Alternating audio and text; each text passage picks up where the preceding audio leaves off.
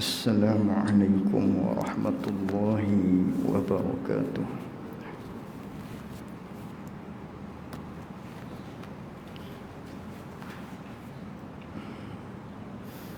Bismillahirrahmanirrahim. Alhamdulillahi rabbil alamin. Wassalatu wassalamu ala ashrafil anbiya'i wal mursalin wa ala alihi wa sahbihi ajma'in. Allahumma fakkihna fid din wa 'allimna ta'wilih. Allahumma fakkihna fid din wa 'allimna ta'wilih. Allahumma fakkihna fid din wa 'allimna ta'wilih.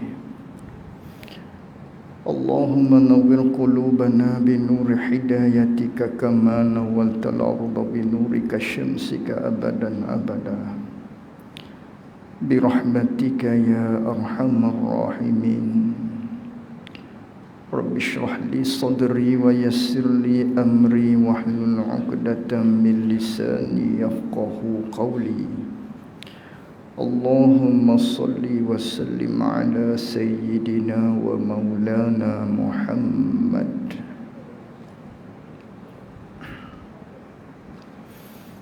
Qala al-muallif rahimahullahu ta'ala wa nafa'na bi'ulumihi wa bi'ulumina fid darain amin.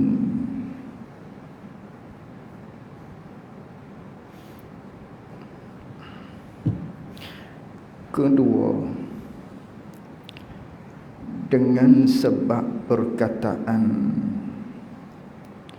seperti dikatakan bagi Muslim, hei kafir, atau Yahudi atau Nasrani. Muslimin muslimat yang dikasihi oleh Allah Subhanahu wa taala, kita menyambung lagi muzakarah kita menerusi kitab Faridatul Faraid, di mana perbicaraan kita ialah kesinambungan daripada pertemuan kita yang lama sudah kita tertangguh pengajian kita, di mana pertemuan tersebut perbicaraan kita berkaitan dengan sebab-sebab yang menjadikan seseorang itu murtad, ataupun perkara-perkara yang menjadikan seseorang itu murtad, yang mana kita selaku orang yang beriman kepada Allah Subhanahu wa taala wajib untuk kita memelihara agama, wajib kita untuk memeliharakan Islam yang ada pada diri kita, iman yang ada pada diri kita. Maka oleh yang demikian, dah hukum syarak kita tekan kepada kita, maknanya wajib atas kita untuk jaga Islam ataupun iman yang ada pada diri kita. Lalu tu dah wajib kita kena jaga, maka kita kena tahulah perkara-perkara yang membinasakan iman kita, kerana kita nak jaga iman. Yang mana jaga iman ni perintah agama, perintah syarak. Allah dan Rasul suruh kita jaga agama, jaga iman. Lalu tidak dapat tidak, kita kena tahu cara untuk kita jaga iman kita. Bagaimana kita nak jaga iman yang ada pada diri kita? Tentulah dengan kita tahu perkara-perkara yang akan merosakkan iman, ataupun kena tahu benda-benda yang akan membinasakan agama yang ada pada diri kita, yang boleh membatalkan agama kita. Maka wajib kita kena tahu dia. Tahu itulah namanya ilmu. Kalau tak tahu, macam mana kita nak jaga iman? Bagaimana kita nak jaga Islam yang ada pada diri kita kalau kita tidak tahu perkara-perkara tersebut? Maka tahu tu ialah satu perkara yang wajib, yang mana kita perlu tuntut cari dia kerana kita nak jaga iman yang ada pada diri kita. Lalu kata pengarang rahimahullahu ta'ala pada pertemuan kita yang lalu, maknanya perkara-perkara yang menjadikan, yang boleh membawa seseorang itu kepada riddah, yang boleh bawa kepada seseorang itu keluar daripada agama, dengan berlaku salah satu daripada tiga perkara. Berlaku salah satu daripada tiga punca ini yang disebut dengan asbabur riddah, berlaku salah satu saja menyebabkan seseorang tadi jadi orang murtad. Waliyazubillah. Kita minta berlindung daripada Allah daripada jatuh kita ni kepada murtad. Yang mana riddah ni pada sudut bahasa maknanya kembali.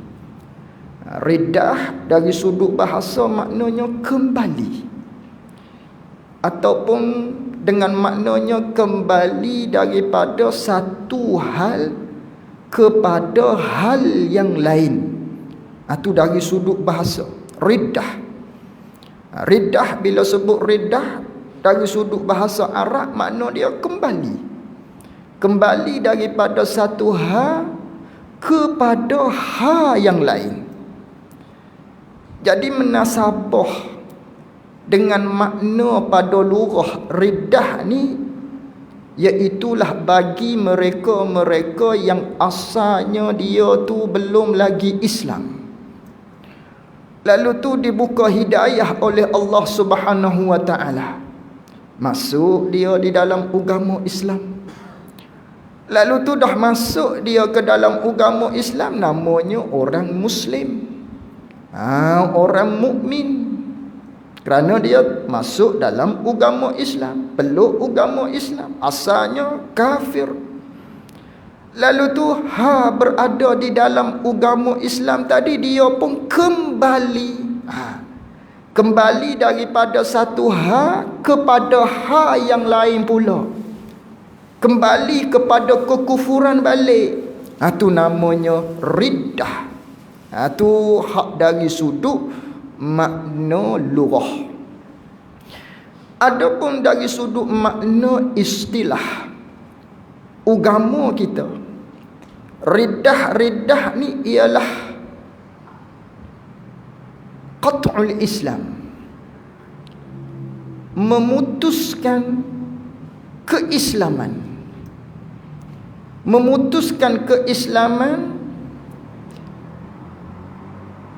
yang mana memutuskan keislaman tadi itu dengan melakukan perkara-perkara yang membawa kepada binasa agama. Tu buat salah satu daripada tiga perkara yang boleh membatalkan agama ataupun iman. Maka buat salah satu daripada perkara tersebut, maka orang tadi telah bersifat dengan sifat riddah. Itu riddah dari sudut istilah.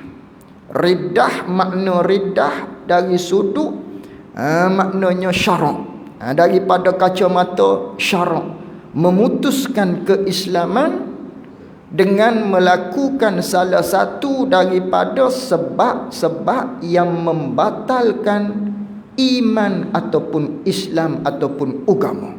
Itu riddah. Riddah ni dia masdar. Yang mana kalau seseorang bersifat dengan riddah, orang tersebut, diri individu tersebut dinamakan murtad. Biar kita dapat beza riddah dengan murtad.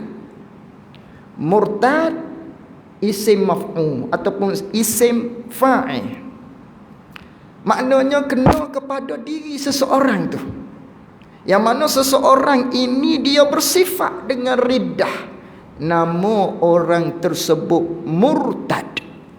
Diri seseorang tersebut disebut dengan kata murtad. Orang yang keluar daripada agama. Sama juga iman. Orang yang bersifat dengan iman, orang tersebut namanya mukmin. Begitu juga Islam. Orang yang bersifat dengan Islam disebut dengan muslim. Orang Islam, muslim. Begitu juga orang yang bersifat dengan kufur, dikatakan orang tersebut kafir. Gitu. Kufur lain, kafir lain. Kufur ialah diri kekufuran tu. Kafir orang yang bersifat dengan kufur. Sama di sini. Riddah ialah diri keluar agama. Manakala seseorang itu bersifat dengan sifat riddah, orang tersebut namanya murtad. Orang yang bersifat dengan riddah, orang yang keluar daripada agama, disebut dengan murtad. Dipanggil dengan murtad, dikatakan dengan murtad. Jadi di antara perkara-perkara yang menyebabkan seseorang itu jatuh kepada riddah ni, yang pertama pertemuan kita yang lalu, iaitulah dengan sebab i'tiqad yang salah. Dengan sebab i'tiqad dia tu i'tiqad hak tak betul. Maka i'tiqad yang tidak betul ni ada dua bahagian. Yang pertama i'tiqad yang salah tapi tak kufur. Itu satu. Yang kedua i'tiqad salah lagi kufur. Ada dua. Maka hak bawa pada riddah i'tiqad yang salah hak yang kedua. Hak bahagian yang kedua, iaitulah yang membawa kepada kufur. Adapun i'tiqad yang salah tapi tak kufur, hak tu tak bawa pada dia tu riddah. Tak bawa kepada seseorang itu keluar daripada agama Islam. Umpamanya Mu'tazilah misalnya. Tu i'tiqad yang salah tapi kufur, tak kufur. Tak kufur Mu'tazilah. Pegangan dia tadi tu menyalahi akidah ahli sunnah wal jamaah. Kufur kau nak hukum atas dunia? Tak. Atas dunia tak dihukumkan dengan kufur. Itu Mu'tazilah. Apa lagi hak orang i'tiqad Tuhan ada tangan tapi tangan tak serupa tangan kita. Itu semua pegangan-pegangan yang tak bawa pada kufur, tapi dosa besar, wajib bertaubat kepada Allah Subhanahu wa taala. Adapun hak bawa kepada riddah ni, pegangan keyakinan yang salah yang membawa kepada kufur. Seperti pegang Tuhan tak ada. Tuhan ni tak ada, dia kata. Ataupun dia duk syok, ya ke ada Tuhan, ya ke ada Tuhan. Ni semua ni ialah pegangan yang tidak betul, yang membawa kepada kekufuran. Ataupun mereka yang beriktikad makhluk boleh memberi bekah, yang memusingkan kipas ni bukan Allah tapi elektrik, dia kata. Yang menghidupkan api bukan gas. Bukan Allah, tapi gas, dia kata. Bukan Allah yang menciptakan, bukan Allah yang membuatnya, bukan Allah yang menjadikan, bukan Allah yang memberi bekah kepada nyalanya api. Bukan gas contohnya. Ataupun yang menghidupkan kereta ni, iaitulah petrol, bukan Allah. Tu pegangan yang salah, yang kufur. Tapi kalaulah nisbah bercakap zahir saja, kita sandar kepada adat, isnad majaz nama dia. Dengan maknanya kita, orang tanya kita, maknanya dah kereta tak hidup ni kerana apa ni? Boleh jadi tidak ada minyak petrol ni. Agilah bubuh, agilah maknanya isi minyak dalam kereta ni baru hidup. Hak tu kita bercakap secara isnad majaz, sandar saja. Bukan kita iktikad petrol yang memberi bekah kepada menghidupkan kereta enjin kita, tidak. Tu tak kufur gitu. Jangan pula kita manakala maknanya tahu itu ialah pegangan yang kufur, yang mengatakan petrol ni lah yang menghidupkan kereta, lalu tu kalau orang bercakap secara zahir kita terus hukum kufur. Jangan. Tak ada masalah. Bercakap begitu tidak menjadi satu kesalahan sedikit pun. Hak menjadi satu benda yang bawa pada kufur akidah. Pegangan dia tu petrol yang memberi bekah kepada menghidupkan enjin kereta. Pegangan dia begitu, tu baru kufur. Adapun bercakap dengan sandaran asbab, dengan sandaran Allah Ta'ala buat sebab, dengan sebab isi minyak baru hidup, dengan sebab maknanya makan ubat baru sembuh penyakit. Dah sakit carilah ubat. Bukan ubat yang menyembuhkan pada iktikad kita. Tapi nisbah bercakap saja begitu, zahirnya. Tu tak bawa pada kufur. Dan bercakap begitu bukan salah satu daripada perkara yang dilarang, tidak sama sekali. Hak pegangan tu barulah bawa pada kufur. Yakin begitu, makhluk yang memberi bekah, baru baru kena orang tadi maknanya telah jatuh pada kekufuran. Tu di antara perkara-perkara yang membawa kepada riddah dengan sebab pegangan, dengan sebab keyakinan yang salah. Tu yang pertama. Tu hak dulu.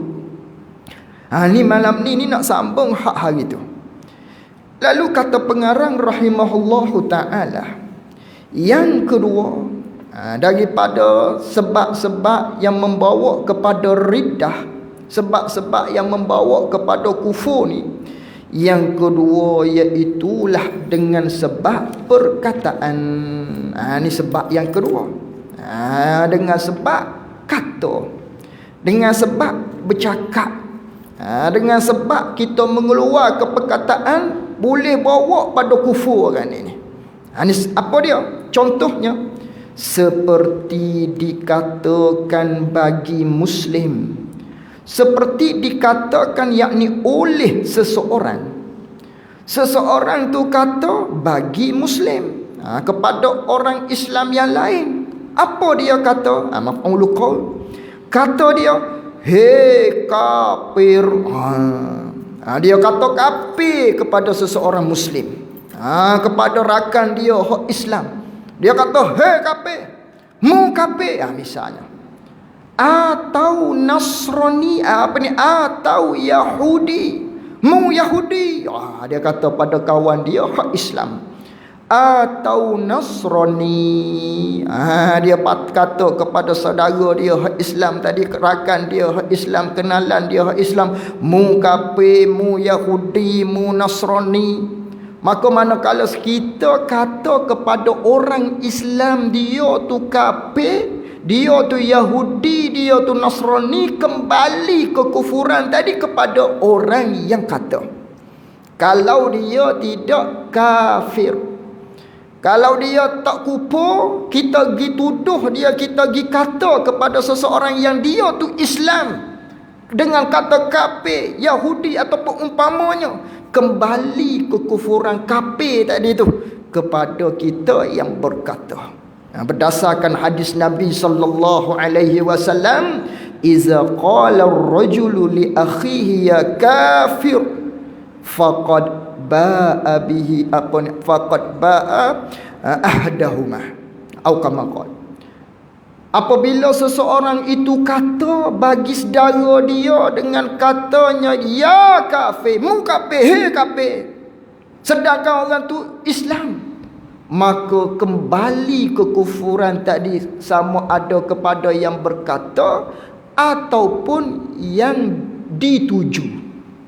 Kembali. Kalau dia tak kafir, bidah balik pada kita. Yang mari balik, mari kepada kita balik kafir tadi. Ni. Maka orang yang kata begitu, dia telah jatuh kepada perkara-perkara yang menyebabkan dia tadi keluar daripada agama Islam. Jangan sebut perkataan begitu kepada orang yang Islamnya. Adapun memang dia tu kafir, kita panggil dia kafir, memang dia tu orang Yahudi, iyalah.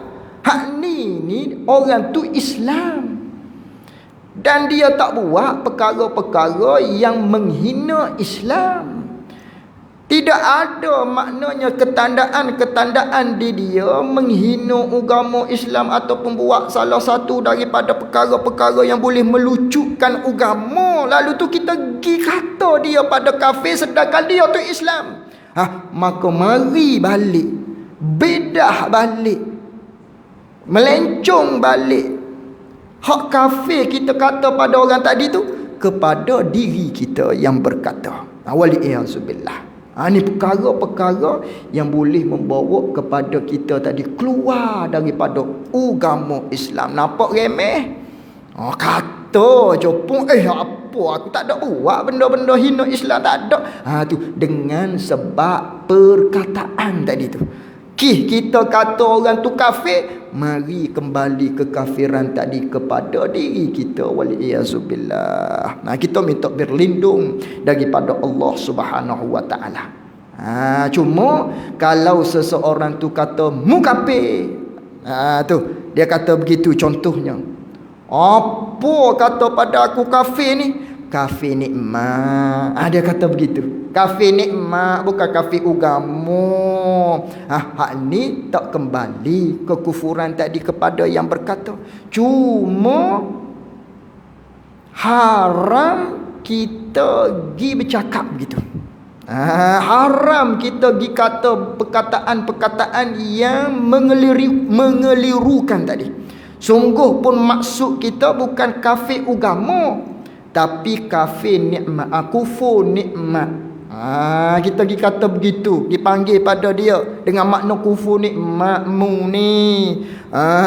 Tuhan wi kaki suruh gi tempat-tempat yang elok, mugi tempat-tempat hak tidak baik, mugi kepada tempat-tempat hak Allah Taala haram. Kafir nikmat, kufur nikmat. Haram cakap begitu. Kita tu haram bercakap begitu. Ataupun kita kata pada dia, oh Yahudi demo. Kata begitu. Apa maksud kata begitu? Yahudi hak agama. Kembali kepada kita kekufuran tadi. Bukan. Dia tu pakaian seumpama dengan puak-puak Yahudi. Tak apa, bukan dengan makna boleh bercakap begitu, haram cakap begitu. Cuma tak kembali kekufuran keyahudian tadi tu kepada yang berkata, kerana maksud kita pakaian dia yang menyerupai dengan pakaian Yahudi, dia tu berperangai dengan perangai Yahudi, tapi haram kita bercakap begitu rupa tadi. Ini dengan sebab perkataan. Atau aku berlepas daripada Allah. Ataupun dia kata begini, Orang tadi tu ni maknanya sebab yang membawa kepada riddah dengan sebab perkataan. Dia kata begini, aku berlepas daripada Allah, aku tak ada berhajat-hajat kepada Allah, tak bergantung pun aku kepada Allah. Ni usaha aku belaka ni, tak ada gantung-gantung dengan Allah Ta'ala, tak ada bersakut bau dengan Allah. Kupu bercakap begitu. Keluar daripada agama bercakap begitu. Atau daripada Nabi, aku tak berajak langsung pada Nabi. Tu sunnah apa lagi ni, bukan sunnah ni macam ni. Misalnya tu semua perkataan-perkataan yang boleh membawa kepada riddah, menghina maknanya. Atau daripada Quran, aku tak ada berhajat pada Quran, panduan hidup aku bukan Quran, tak ada doa pada Quran boleh hidup.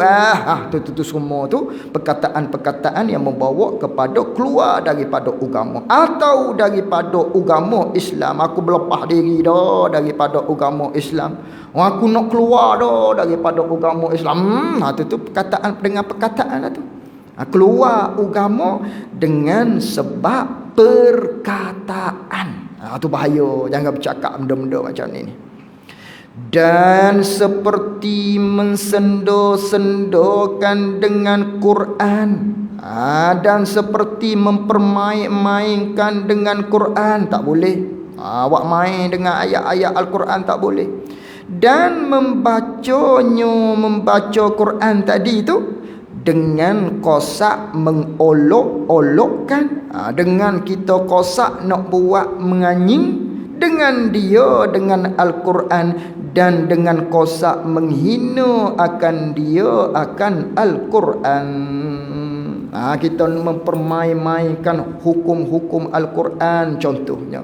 Dalam Al-Quran misalnya dibenarkan poligami contohnya. Dia tu gak pantang dengar apa ni hukum Tuhan macam ni. Tu bawa bahaya-bahaya. Tak setuju lain. Maknanya bukan tak setuju dari sudut kita tu bukan nak menghina agama. Bukan kita nak kata agama ni tak betul. Cuma kita tak sebagi suami kita tu menikah lain. Tu lain. Hak ni hina hukum Al-Quran tu sendiri. Maka hak ni bawa kepada kufur. Ataupun tutup aurat. Dalam Al-Quran perintah kepada kita supaya tutup aurat. Apa zaman sekarang ni, tak zaman milenium dia kata. Kita pula berada di bandar metropolitan pula. Apa pakaian begini ni, pakai tudung-tudung besar-besar ni, remah, panah. Zaman itu, zaman dulu tak apalah. Orang kuat nafsu. Alah ni dak dah. Tak apa. Tu perkataan-perkataan begini ni mempermain-mainkan Quran dan juga menghina-hinakan akan hukum-hukum yang terdapat di dalam Al-Quran.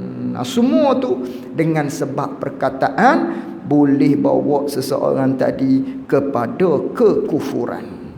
Tu dua. Habis kat situ. Ketiga, sebab yang ketiga. Yang ketiga, banyak lagi contoh-contoh dia. Cuma dalam kitab Faridah ni ada tu je. Tu je hak disebutkan di dalam kitab Faridah kita ni. Tapi banyak lagi. Dengan sebab perkataan ni lah maknanya hak paling banyak sekali boleh bawa kepada seseorang tadi jatuh kepada kekufuran. Bawa pada seseorang tadi keluar daripada agama. Bersifatlah dia dengan sifat riddah. Namanya orang tadi orang yang murtad. Ketiga dengan sebab perbuatan. Yang ketiga iaitulah dengan sebab perbuatan. Contoh seperti sujud kepada makhluk. Seperti sujud kepada makhluk. Siapa makhluk tu tak kira. Manusia ke, pokok ke, matahari ke, binatang ke. Lalu tu dia pergi sujud kepada perkara-perkara tersebut, kufur. Boleh bawa kepada seseorang tadi jatuh agama dia. Batal agama dia kalau dia sujud kepada makhluk, sujud kepada orang, sujud kepada pokok, sujud kepada matahari. Kerana apa? Kerana sujud ni hanya tertentu kepada kelakuan menyembah, tertentu kepada kelakuan sembah. Maka kita sujud ni sembah kepada Allah. Maka kelakuan sujud ni ialah kelakuan ibadah. Lalu tu seseorang tadi nyagi sujud, yang mana hak ni ialah perbuatan menyembah. Nyagi sujud kepada manusia yang lain, orang tadi keluar daripada agama. Sujud kepada matahari, gi sujud kepada pokok, binatang dan lain-lain daripadanya, orang ini keluar daripada agama. Sebab apa?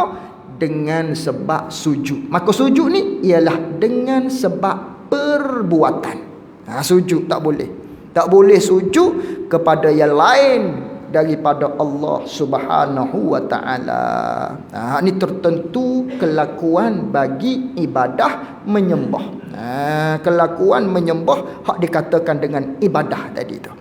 Tak boleh sujud kepada yang lain daripada Allah Subhanahu wa taala. Kalau sujud kepada yang lain daripada Allah, maka orang tadi keluar daripada agama Islam. Satu. Ada pun rokok lain pula. Ada pun rokok tunduk, yang mana tunduk tu sampai kepada hak rokok sebagaimana kita sembahyang tu. Hak ni tafsil, ada perincian. Jika dia rokok, kosak di hati dia nak memuliakan ataupun nak membesarkan seseorang, hak dia rokok tadi, rokok kepada si anu. Sebab apa? Nak muliakan si anu tadi, nak membesar, nak menghormati orang tersebut, kufur. Bawa kepada orang tadi keluar daripada agama. Jika kosak nak hormat ke dia, jika kosak di hati niatnya nak meninggi-ninggikan orang tadi, nak membesarkan, nak memuliakan orang tadi, maka jadi kufur orang tadi, keluar daripada agama Islam. Satu laginya, kalaulah dia rokok, dia rokok tunduk sampai hak rokok tadi tu, bukan dia kosak nak membesar, bukan nak memuliakan orang tadi, maka pada ketika itu haram walaupun tidak kufur. Dia tunduk, tapi tunduk dia tu hingga hak rokok. Sebab apa tunduk sehingga hak rokok kepada orang ni? Tak ada kosak apa-apa bukan nak mulia dia, haram. Tak boleh, haram. Tapi sungguh pun maknanya maknanya perbuatan tadi haram, dan dianya tidak bawa kepada kufur. Bila jika tak kosak nak memulia. Kalau kosak nak memulia, hak ni bawa kepada riddah. Sebab tu kena hati-hati. Nak lalu di hadapan orang misalnya, nyogi tunduk sampai hak rokok minta lalu sikit. Tapi sampai hak rokok, tu perbuatan tadi tu haram. Perbuatan tu haram tu. Adapun kalau tunduk sikit, hak tu makruh. Makruh. Tu lalu gi. Lalu gi dah minta lalu dah. Lalu saja-saja gitu. Kalau tunduk sikit makruh. Makruh tunduk sikit. Tapi kalau tunduk sampai hak rokok, itu perbuatan yang haram. Ni hak kata tidak kosak nak memulia, nak lalu, tapi nyo lalu tu alo beradaknya kalau kita kata.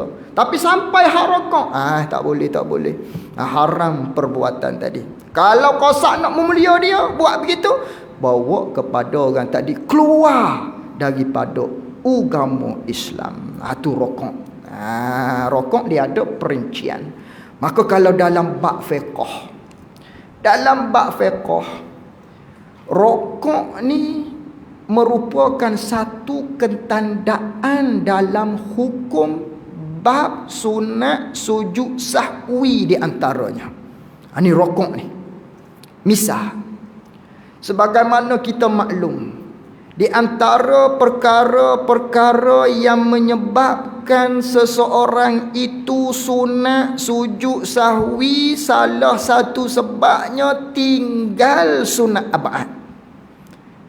Dia tak buat sunat abad. Contoh, dia terlupa untuk baca kunut. Sami Allahu liman hamidah, Rabbana walakal hamd. Contoh. Lalu tu gi turun kepada sujud. Allah. Sampai dah hak rokok. Hak rokok ni di antara ketandaan yang besar dalam bab sunat sujud sahwi. Kalau dia tak turun pada sujud, terlupa nak baca kunut, Allah turun sampai dah hak rokok, ataupun lebih kepada hak rokok. Mana kalau begitu, lebih dah sampai hak rokok, turun lagi, belum lagi sampai dahinya di tempat sujud, bangun balik. Lalu tu dia baca kunut. Nanti selesai baca tasyahud akhir kelak, hak rukun-rukunnya sebelum daripada beri salam, hukumnya sunat sujud sahwi. Sunat sujud sahwi. Kerana apa sunat? Kerana lebih dah hak rokok. Turun tadi tu, sempadan dia di hak rokok. Begitu juga nisbah tahiyat awal. Terlupa tahiyat awal. Sujud subhana rabbiyal a'la wa bihamdih. Allah, sepatutnya tahiyat awal.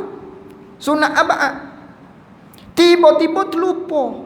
Gi bangun kepada qiyam. Bangun kepada qiyam tu lebih dah hak rokok. Lebih hak rokok. Ataupun sampai hak rokok, ataupun lebih hak rokok, belum lagi berdiri betul, belum lagi qiyam yang betul. Lalu tu orang tadi pun turun balik kepada tahiyat awal. Nanti lepas daripada tasyahud akhir, sebelum beri salam, sunat sujud sahwi. Gitu. Yang kedua, kalaulah bangun daripada sujud, tak baca tahiyat awal, terlupa baca tahiyat awal, tapi bangun tu belum sampai hak rokok, tak dan sampai lagi hak rokok, duduk bawah-bawah lagi, turun balik, tak sunat sujud sahwi. Tu pekohnya begitu. Lebih hak rokok bangun, turun balik, sunat sujud sahwi. Bangun belum sampai lagi hak rokok, baru bangun sedikit perbuatan dia, tak sunat sujud sahwi. Itu dalam fiqhnya. Begitu juga masalah kunut tadi. Turun lebih hak rokok, ataupun sampai dah hak rokok, bangun balik, sunat sujud sahwi. Tapi kalau turun belum sampai lagi hak rokok, turun sikit baru bangun balik, tak sunat sujud sahwi. Tu besarnya di rokok tadi tu dalam bab sunat sujud sahwi ke tak sunat sujud sahwi. Dia begitu. Tu di rokok. Jadi kita kembali kepada dengan perbuatan ni, buat salah satu daripada perkara-perkara ni bawa pada ridah, iaitulah dengan perbuatan, dengan sebab perbuatan. Contoh seperti sujud kepada makhluk, sujud kepada yang lain daripada Allah, maka keluar daripada agama Islam. Dan menghinakan mashaf. Hina mashaf pula, hina Quran. Contoh hina Quran tadi ni, hak dengan perbuatan, hak tadi dengan perkataan, hak yang kedua tadi. Ni hak dengan perbuatan, dia hina Al-Quran. seperti menjatuhkan dia kan mashah pada tempat yang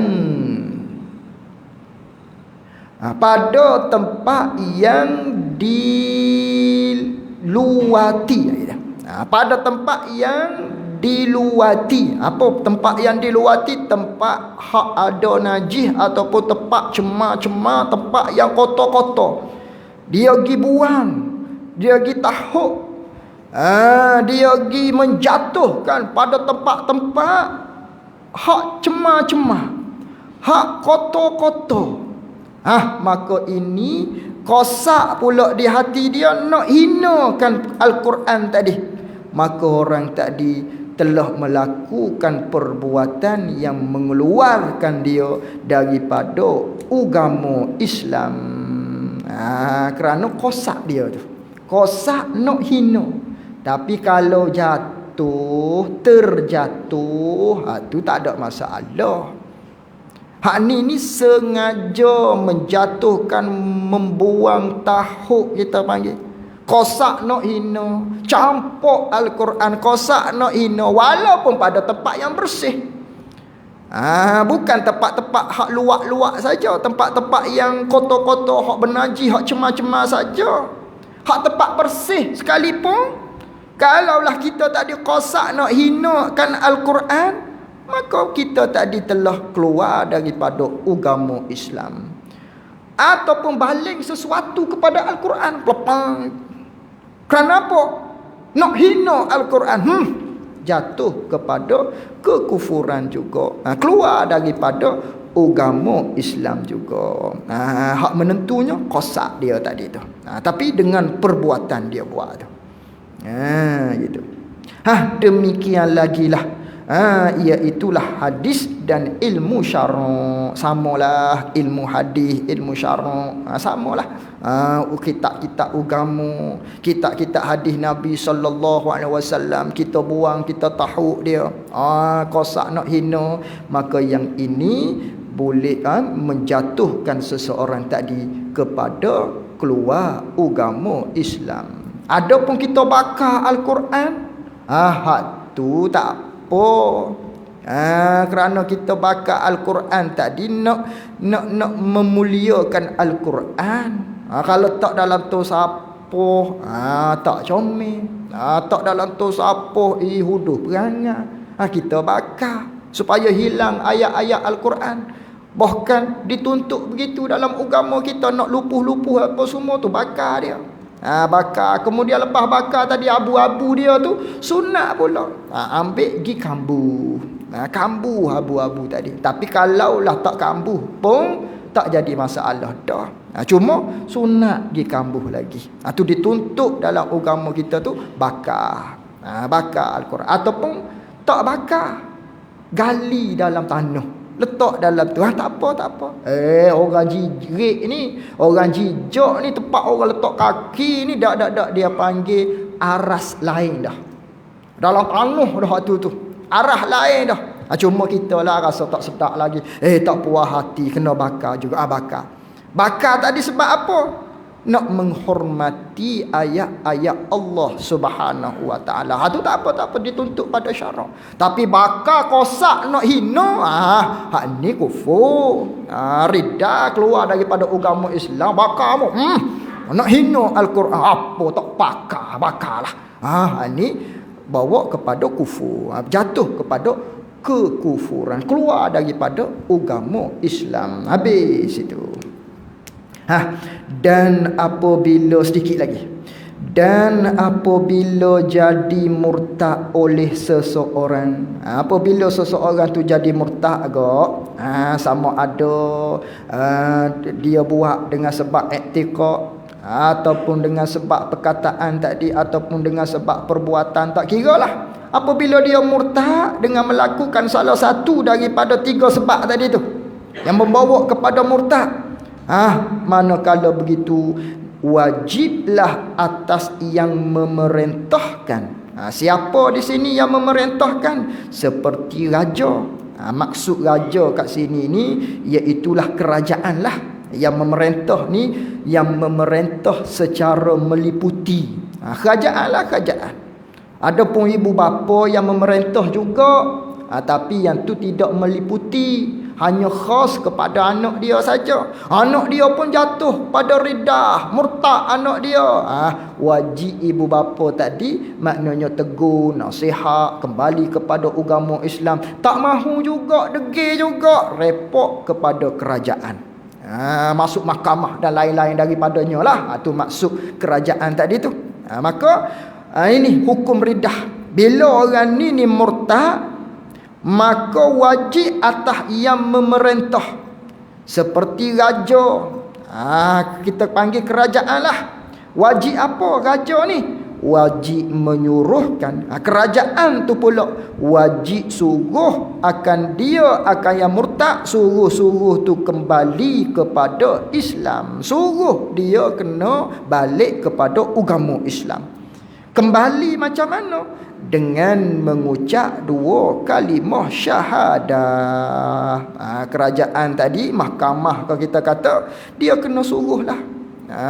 Orang tadi tu, orang hak murtad tu, asal Islam, keluar agama Islam. Ataupun dia kafir, lalu tu jadi Islam, lepas peluk Islam, keluar balik atau murtad. Maka kerajaan yang memerintah wajib suruh dia kembali kepada agama Islam. Manakala dia murtad tadi, keluar daripada agama Islam, wajib suruh dia mengucap 2 kalimah syahadah. Kemudian dan taubah daripada dosa yang murtad ia seorang dengan sebabnya, dengan sebab bagi murtad. Bukan sekat suruh dia tu mengucap saja, suruh satu lagi dia bertaubat kepada Allah. Macam tadi itulah. Sial langsung tadi, ya dah tu. Suruh dia bertaubat, isytihar taubat dan sebagainya. Ya dah tu. Tu kewajipan dia begitulah. Kewajipan dia begitu. Suruh dia mengucap kembali taubat kepada Allah. Taubat kepada Allah ni atas dosa dia hak sebab mana? Sebab apa yang menjadikan dia riddah, keluar daripada agama? Sebab apa? Sebab perbuatan. Dia hina Al-Quran, campur Al-Quran kerana nak hina Al-Quran. Sebab tu bertaubat kepada Allah Subhanahu wa ta'ala. Begitu. Minta maaf tadi tu tak tahulah apa mimpi-mimpi tu. Jatuh kafir ke macam mana dia sebelum ni, wallahu alam lah. Saya tak ikut perkembangan dia tu. Cuma ada tengok dalam Facebook tadi, secara langsung taubat dia kata. Gitu. Maka jika enggan ia seorang daripada kembali kepada Islam, maka jika ia seorang tadi, orang yang murtad ni, tak mahu kembali kepada Islam, jawabnya wajiblah atas raja membunuh akan dia, akan orang yang enggan. Dah paksa dah suruh kembali kepada Islam. Kemudian beri pendidikan pula, nasihat dengan beberapa tempoh-tempohnya, nasihat dan lain-lain daripadanya, beri pendidikan. Tak mau juga, enggan juga, maka hukum agama kitanya, kerajaan tadi mesti ataupun wajib bunuh orang tadi. Kerana murtad ni ialah sekeji-keji kufur. Kufur asli tu maksiat pada Allah yang besar dah tu, syirik itu. Tapi syirik hak sebelum ni Islam dah, tiba-tibanya kembali kepada kesyirikan, hak ni besar lagi derhaka kepada Allah Subhanahu wa ta'ala. Hingga agama kita suruh bunuh orang tadi. Adapun hak kafir asli, hak bukan masuk Islam kemudian keluar, hak asal kafir tu, tu agama kita tak suruh bunuh. Kerajaan maknanya bukan kita, bukan individu kena bunuh, tak. Hak murtad tadi tu. Cuma hak kafir asli agama tak ada suruh bunuh. Tapi hak murtad ni, kafir murtad ni, jahatnya dia, kejinya orang ni, agama kita memerintahkan kerajaan ataupun orang yang berkuasa supaya bunuh orang yang murtad tadi. Nak cerita besarnya dosa ataupun maksiat, derhaka, kejinya orang tadi kepada Allah Subhanahu wa taala. Habis dan bermula jatuh seseorang di dalam dosa besar. Wallahu alam wa ilmuhu atam. Jazakumullahu khairan jazaa. Assalamualaikum warahmatullahi wabarakatuh.